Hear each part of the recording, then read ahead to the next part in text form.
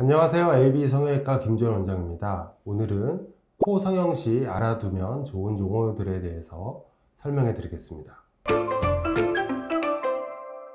비주에 대해서 궁금한 경우도 많은데요. 비주의 정의는 인중, 입술의 인중 부위부터 코끝에 이르는 이 모든 부위를 비주라고 합니다. 비주가 중요한 이유는 비주가 너무 들어가는 경우에는 코 성형이 아무리 예쁘게 되어도 약간 레브리코 같은 느낌이, 마귀알몸 코 같은 느낌이 나기 때문에 비주가 어느 정도 나와야 되고요. 특히 여성분 같은 경우에는 비주가 좀 나옴으로써 부드러운 인상, 귀여운 이미지를 줄 수 있습니다. 반대로 비주가 너무 나오게 되면 코가 길어 보이거나 나이 든 인상을 주게 되는데요.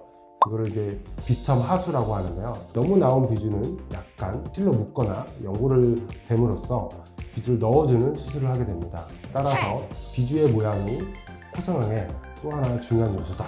이 정도 아시면 될 것 같습니다.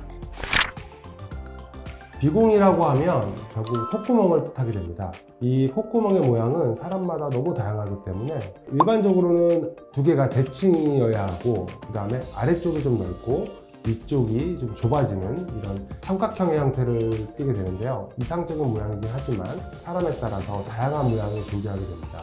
비공의 중요한 점은 대부분 동양인들은 코끝을 올리는 수술을 하게 되는데, 코끝을 올리는 수술만으로도 이 비공의 모양이 매우 변하게 됩니다. 비공을 아름답게 만드는 수술도 중요하고, 이 비공이 넓은 분들은 결국은 비공을 줄이는 수술을 하게 되는데, 실제로는 단독으로 했을 때보다는 코끝을 올려주는 윙기술과 비공을 줄여주는 이런 수술들을 다양하게 종합해서 어울리는 모양을 찾는 것이 중요합니다. 따라서 비공의 모양에 너무 집착하기보다는 이 전체의 비율, 대부분 이제 비공이 높이가 2라고 치면 비공부터 나는 코끝의 높이가 1이 되는데요. 비율을 잘 유지하면서 본인에게 어울리는 모양을 찾는 것이 중요하다고 할 수 있습니다.